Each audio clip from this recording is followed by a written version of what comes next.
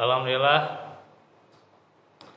assalatu wassalamu ala rasulillah wa ala alihi wa sahbihi wa man tabi'ahum bi ihsanin ila yaumiddin. Asyhadu an la ilaha illallah wahdahu la syarikalah wa asyhadu anna Muhammadan abduhu wa rasuluh alladzi la nabiyya ba'd. Alhamdulillah, bersyukurillah, ikhwatu fillah. Pada siang hari ini Allah kembali mempertemukan kita di dalam majelis yang kita doakan setiap siangnya, yang dimana tentunya merupakan amaliyah kita di dalamnya adalah menuntut ilmu, yang hari ini kita akan teruskan pelajaran tafsir ya. Dan seperti yang saya utarakan bahwa pelajaran tafsir yang sudah mukadimah 4 pertemuan akan berlanjut ya. Jadi yang kemarin selama ya kalau pertemuan katakanlah sebulan ya, berarti lanjutannya adalah bagaimana kita seharusnya sih bagusnya ya ulumul Quran ya, cuman kan pelajaran ulumul Quran itu dalam sekali ya gitu.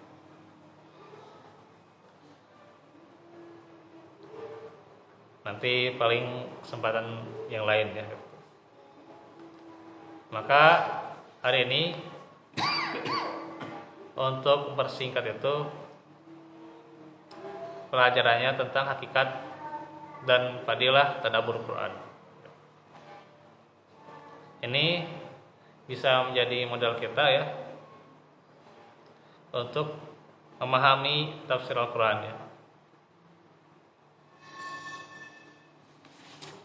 Di sini ya, ini karya dari Ustaz Bu Yahya Badrus Salam Hafizahullah yang terbitkan oleh Nasirus Sunnah ya. Dan tentunya ini juga mengambil sebuah hadis ya yang kita sudah hafal sebagai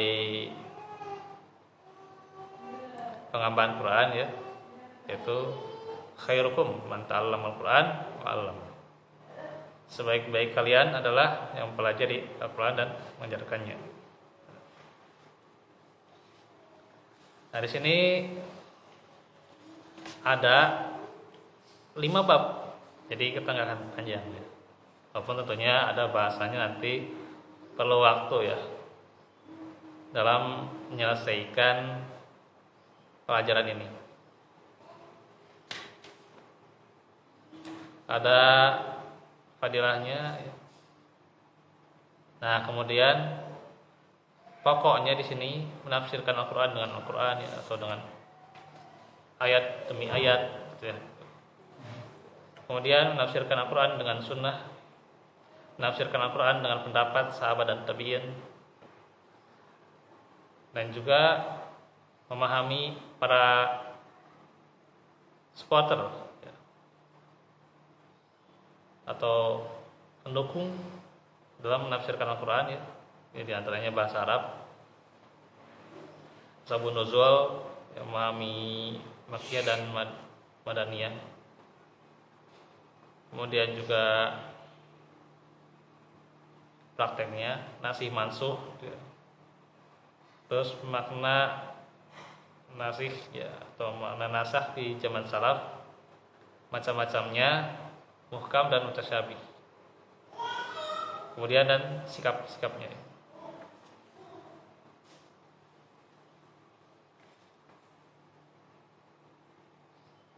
Nah, sekarang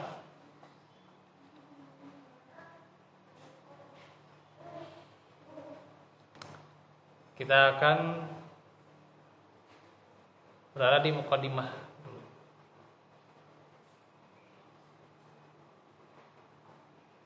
Penulis mengatakan segala puji bagi Allah Rabb semesta alam yang telah menurunkan kitabnya yang penuh hidayah dan bimbingan, yang telah mengutus Rasulullah SAW untuk menyampaikan wahyu mulia yang dipenuhi keberkahan dan keselamatan bagi orang-orang yang mengikutinya. Aku bersaksi bahwa tidak ada ilah yang berhak disembah, yang berhak diibadahi dengan benar selain Allah semata, tiada sekutu baginya. Aku pun bersaksi bahwa Muhammad SAW adalah hamba dan utusannya. Tentunya setiap mukadimah alangkah bagusnya adalah dibuka dengan hamdalah dan juga syahadat ya. Dan ini bagaimana beliau sebagai penulis hafizahullah yang rutin juga menulis ya gitu. Kalau saya baru nulis itu ya PDF mungkin ya. Dan juga buletin. Kalau mau dibukukan ya belum ada ininya juga. Allah alam. Banyak ada cuman waktu dan ya tersita lah gitu kadang ya. Perjalanan yang terkadang melelahkan juga ya. Menulis itu perjalanan yang lebih melelahkan sebenarnya ya. Karena dia menguras otak ya, bukan menguras otak saja, tenaga ya dan waktu ya. Ada seorang imam itu ya, dia itu imamus salaf ya, sampai menghabiskan waktu 24 jam dengan menulis saja. Itu menulis 24 jam dihabiskan. Nggak ada istirahatnya. Insya Allah ya. Udah Al-Bukhari dulu itu pintar nulis. Iya, Bukhari juga penulis bagus tuh. Tapi nggak sejaman Kanjeng Nabi itu ya? Ya enggak, jauh. Jauh, bukan sejam. Enggak jauh banget tuh. Terus juga kalau kita lihat pula bagaimana penulis itu ya, ini bukan karakter orang sembarangan gitu, bukan karakter orang sederhana lah gitu. Walaupun upayanya ya terkadang sederhana, apa yang ada di sini gitu ya, atau apa yang ada di sudah ditulisnya itu tinggal dia cetak. Ya sederhana mungkin kalau dikatakan oleh orang lain sederhana, sebenarnya enggak. Segala sesuatu itu terkandung gimana? Iya. Alif ada artinya katanya betul. Enggak. Cuma nanti lah. Ini belum tafsirnya belum kesana jauh Pak. Kayak itu. Dengan sembarangan. Iya. Beda di bahasa Indonesia.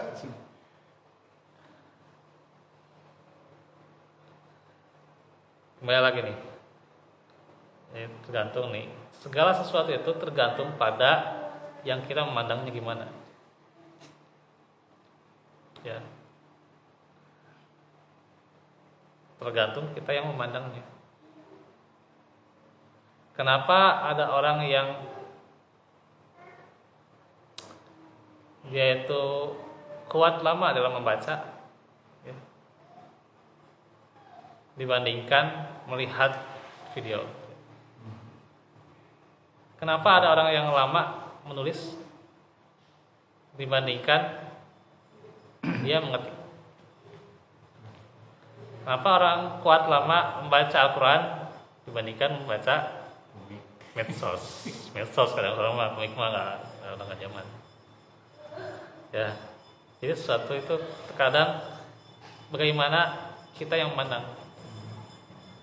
Nah, kalau sudah tahu artinya kan ada, kalau tafsir kan ada tafsir. Iya. Kalau maksud tujuan ayat ini apa? Iya. Sekarang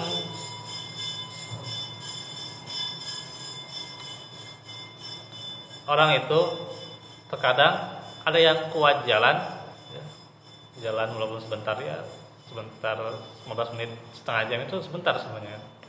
Tuh.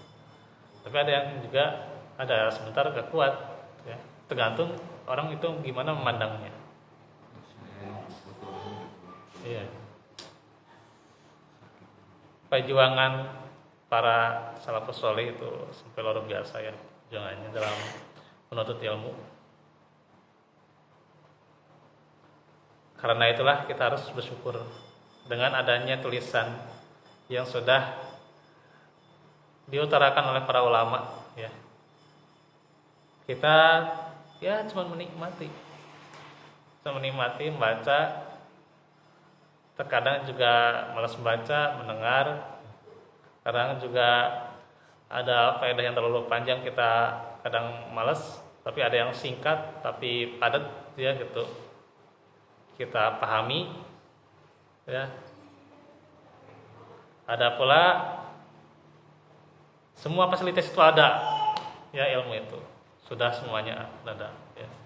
Bahkan nikmatnya bagaimana media sosial dan sebagainya, tinggal kita menikmati. Nah, cuman gimana kita keinginannya, upayanya, kemauannya itu. Karena yang ada yang seperti ini ya malas itu, jarak dan sebagainya gitu ya, terkadang ada, insya Allah. Saya kadang terkesima ya dengan masihlah istiqomah ya orang tua belajar ya, bolak-balik jauhnya naik kendaraan atau bahkan juga ongkos dan sebagainya, sama aja sebenarnya kan gitu. Dibonceng juga sama aja sebenarnya, juga sama aja, udah jauh ya gitu. Tapi apa yang dia katakan, ya, untuk menuntut ilmu, gitu, untuk menuntut ilmu, ya, dibayar enggak gitu ya, dibayar enggak, dimodalin kadang enggak gitu ya, bayar sendiri itu, masya Allah. Ya, memang segala sesuatu itu tergantung kita yang memandang, ya.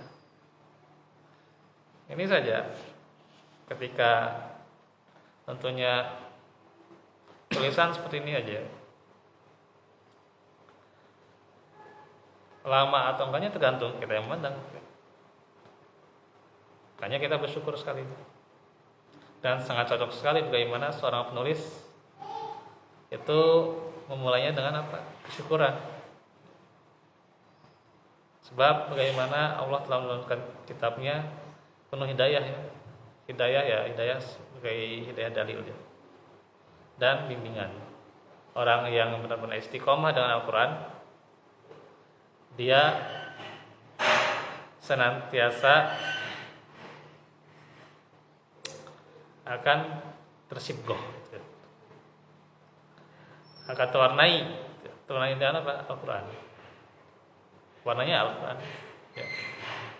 Warnanya itu Al-Quran, bukan warnanya itu perkataan orang di medsos, roasting orang, itu ya, lelucon orang, pikiran orang dan sebagainya. Enggak boleh teing gitu ya.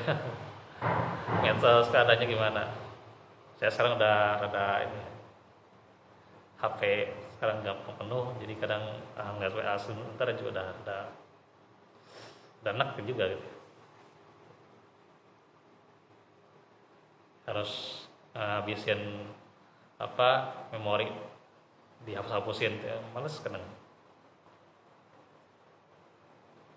Tapi saya rasakan bagaimana nikmatnya ketika tidak banyak bergaul dengan HP, lebih banyak bergaul dengan maksudnya itu bertolabul ilmi, itu ya, kemudian membaca Al-Quran, walaupun ya jelas HP yang saya gunakan juga untuk dakwah gitu ya, untuk dakwah, untuk nulis ilmu dan sebagainya. Tapi ketika saya tinggalkan, terasa lebih bagaimana nikmatnya gitu ya. Tuh. Mencari ilmu yang kadang instan dan terkadang pengalaman kita tidak dapatkan. Tapi kalau dengan cara seperti ini kita mencari guru yang terbaik itu pengalaman. Ini yang kadang tidak dirasakan ya. Dengan belajar instan tuh ya. Kita pada libat HP ya. Iya. Jadi anu ngaji di abdi pada bubar anu remaja. Iya. Ada alat HP mah ada gimana? Paman Al-Qur'an kan. Pemahaman dari anak kecil-kecil ya ngaji umur 4 tahun 5 tahun. Jadi Al-Quran itu membimbing manusia, ya.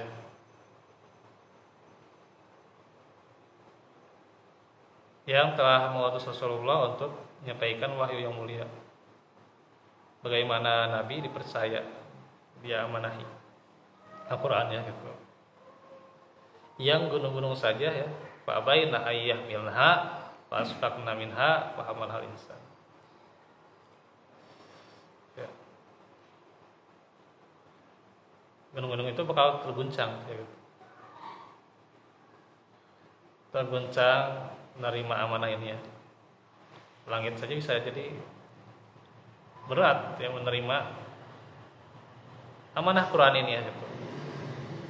Dan diberikan amanah itu kepada manusia. Template di sana. Iya.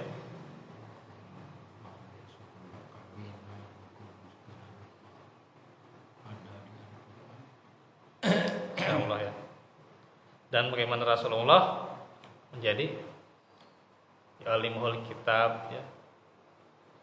Menjadi muallim. Muallim untuk manusia, seluruh manusia. Karena itu ini mengandung keberkahan dan keselamatan bagi orang-orang yang mengikutinya. Aku bersaksi bahwa tidak ada ilah yang berhak diibadahi dengan benar-benar selain Allah semata, tidak sekutu baginya. Jelas harus benar-benar mengimplementasikan syahadat setelah kesyukuran itu ya, yaitu ibadah ya. Syukuran itu dengan ibadah. Dan ibadah itu harus mengikuti sunnahnya. Aku pun bersaksi bahwa Muhammad adalah hamba dan utusannya. Ini luar biasa kalau kita membedah. Tapi mana di kajian Nabi kan seorang yang fatonah, nah ada yang kalau ummi, Nabi yang ummi gitu maksudnya. Iya. Kembali lagi pada sifat kenabian.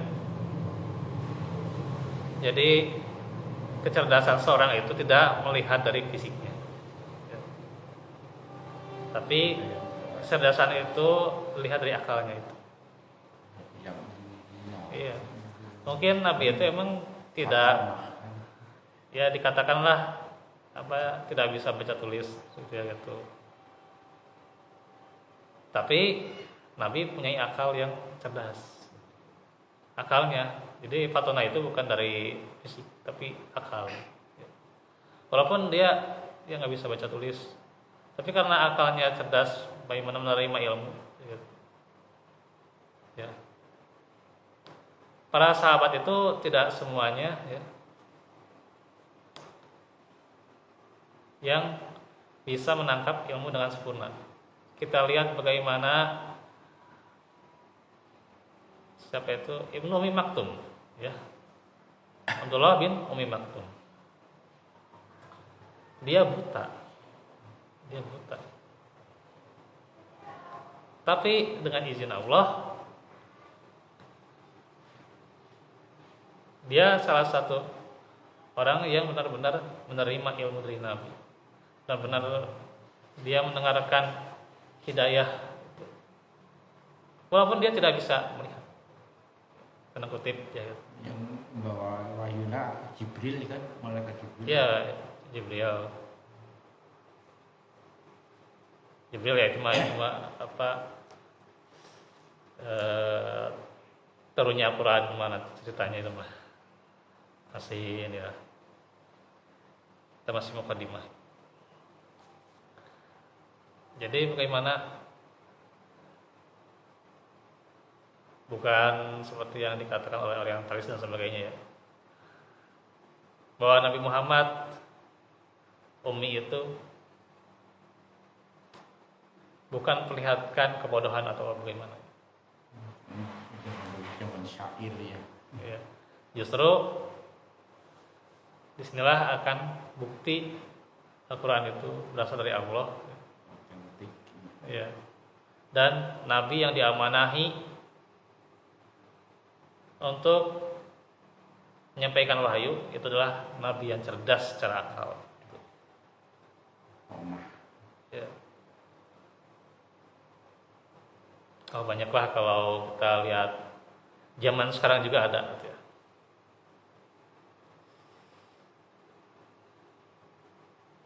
Gitu ya. Ada orang yang memakai mata palsu gitu. Sebelah matanya palsu. Yang sebelahnya itu ya normal. Tapi dia cerdas dalam menerangkan ilmu Al-Quran itu banyak. Kita menemukan orang-orang yang kekurangan tapi bisa mengungkapkan Al-Quran, mengajarkan Al-Quran dengan baik. Ada itu, Pak. Ya. Makanya emang kita belajarlah gitu ya. Belajar itu jangan dari orang-orang yang punya kelebihan. Ya. Oh dia punya lebih ini, punya lebih itu, uangnya yang lebih ini. Dia perjalanannya lebih enak, lebih singkat ya gitu. Belajar itu kepada orang yang punya kekurangan. Ya. Kalau kita belajar dari orang yang kekurangan, kita ini terasa, aduh bagaimana perjuangan dia di dalam belajar. Ya kalau kita bisa belajar pada orang kelebihan, nggak akan terasa. Emang perjuangan dia apa? Perjalanannya singkat, gampang, kemudian prosesnya Kalau kita belajar dari orang yang punya banyak kekurangan, kita justru tersematkan dalam diri kita, ya kita itu nggak ada apa-apanya. Ya. Dan kita lihat bagaimana Nabi Muhammad itu bukan orang yang serba kelebihan yang dikatakan orang gitu. Iya, kan dari kecil saja kan. Iya, ditinggalkan orang tuanya. Iya. Mana kan ada yang mewah itu gula apa supaya? Iya. Yang sia-sia bisa itu. Makanya benar-benar gitu ya.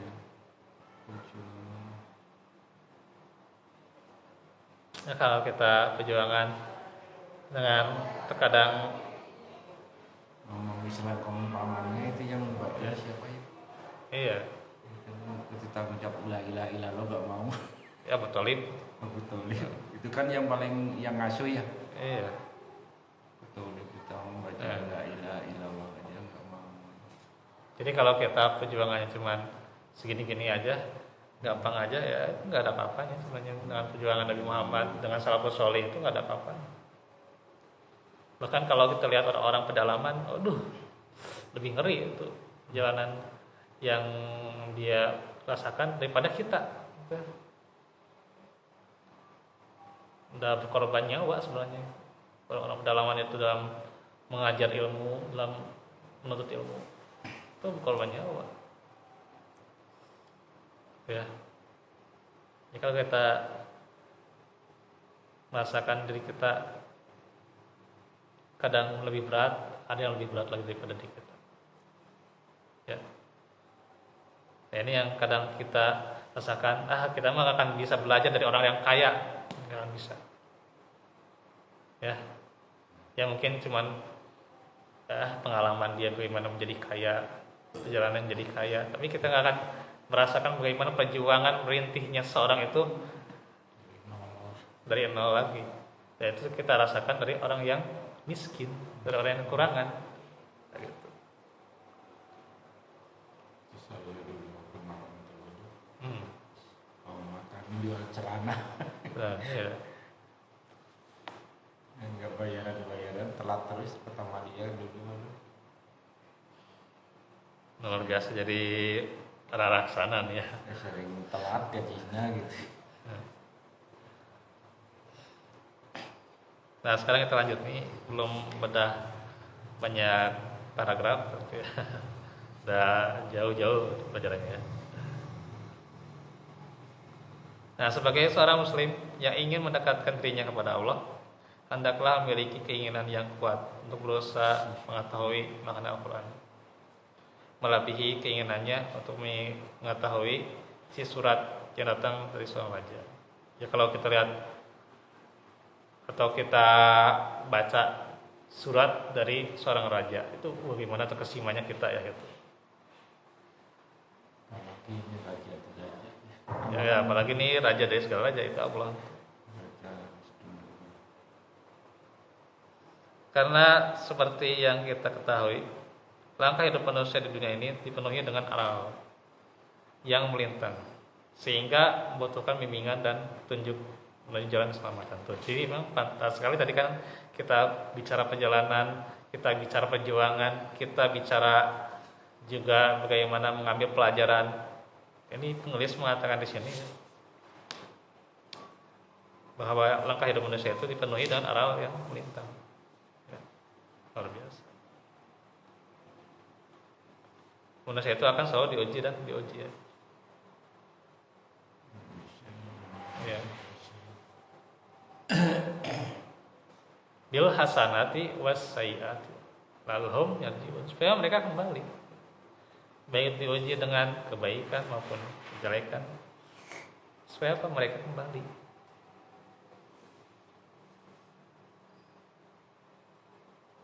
Ya. Bisyari wal khairi fitnah wa ilaihi turja'un, supaya mereka kembali mengingat kebesaran Allah, mengingat akan mengagungnya Allah, akan bimbingan Allah, yaitu apa? Al-Quran. Al-Quran itulah bimbingan yang paling baik, karena ia berasal dari pencipta alam semesta yang mengetahui apa yang paling maslahat bagi hamba-hambanya. Ia adalah tali yang paling kokoh ya, tali Allah yang paling kokoh ya. Urwatul wusqa lan tisqa malaha. Tidak ada seorang pun yang meninggalkan pedoman hidup ini karena kesombongan, kecuali pasti Allah akan memutuskan syafaatnya. Siapa yang mencari petunjuk dari selainnya pasti akan tersesat dengan petunjuk itu ya. Kalau kita mencari petunjuk, mencari pedoman, mencari sandaran ya, selain dari Allah, akan tersesat. Selain dari firman-Nya akan terombang-ambing, bingung. Karena itu la yadillu wala yasqa, ya, orang yang mengikuti Al-Quran itu tidak akan tersesat, tidak akan sedih, tidak akan merasa kecewa ya.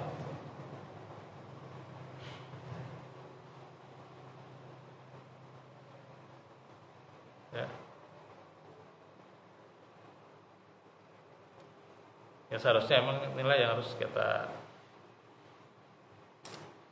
tanamkan ya. Cuman kadang keimanan yang belum kuat ya, kadang ya diuji sedikit karek saat diuji kumaha menggerutuna mengeluhna insyaallah gitu ya.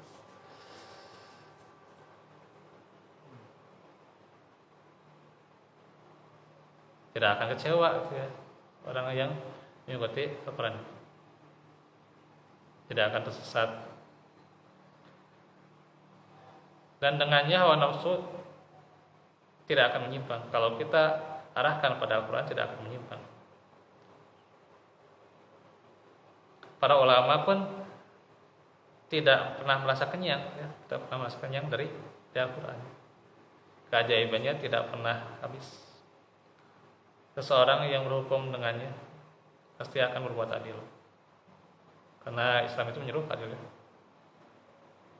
Innallaha ya'muru bil adl wa ita'il qurba dan seterusnya. Dan seorang yang berdakwah berdasarkan landasannya akan dibimbing ke jalan yang lurus.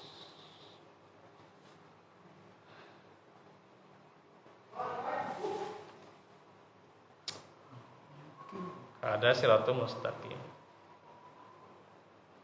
Banyak sekali ini banyak kita nanti bisa ambil. Makanya saya ambil referensi ini bukan apa-apa ya. Ya mungkin kalau ilmu tafsir yang terkadang nyari ya, dia nyarinya dia lebih inilah ilmunya. Tapi benar-benar kita mengambil hikmahnya mungkin dari awalnya dulu ya. Dari awalnya dulu dengan memahami buku ini ya. Ini bisa jadi tentunya acuan bagi kita agar merasakan nikmatnya bersama Al-Quran. Karena zaman sekarang orang itu udah agak nikmat kebanyakan ya. Orang itu udah agak nikmat dengan Al-Quran itu. Baca sebentar aja udah ngantuk. Baru beberapa halaman. Baru berapa lembar ya gitu. Ya. Maka bersyukurlah walaupun pekerjaan kita dibangkrutkan misalnya, walaupun kita keluar dari pekerjaan, tetapi ketika dekat dengan Al-Quran, maka itulah akan jadi kenikmatan yang akan menggantinya.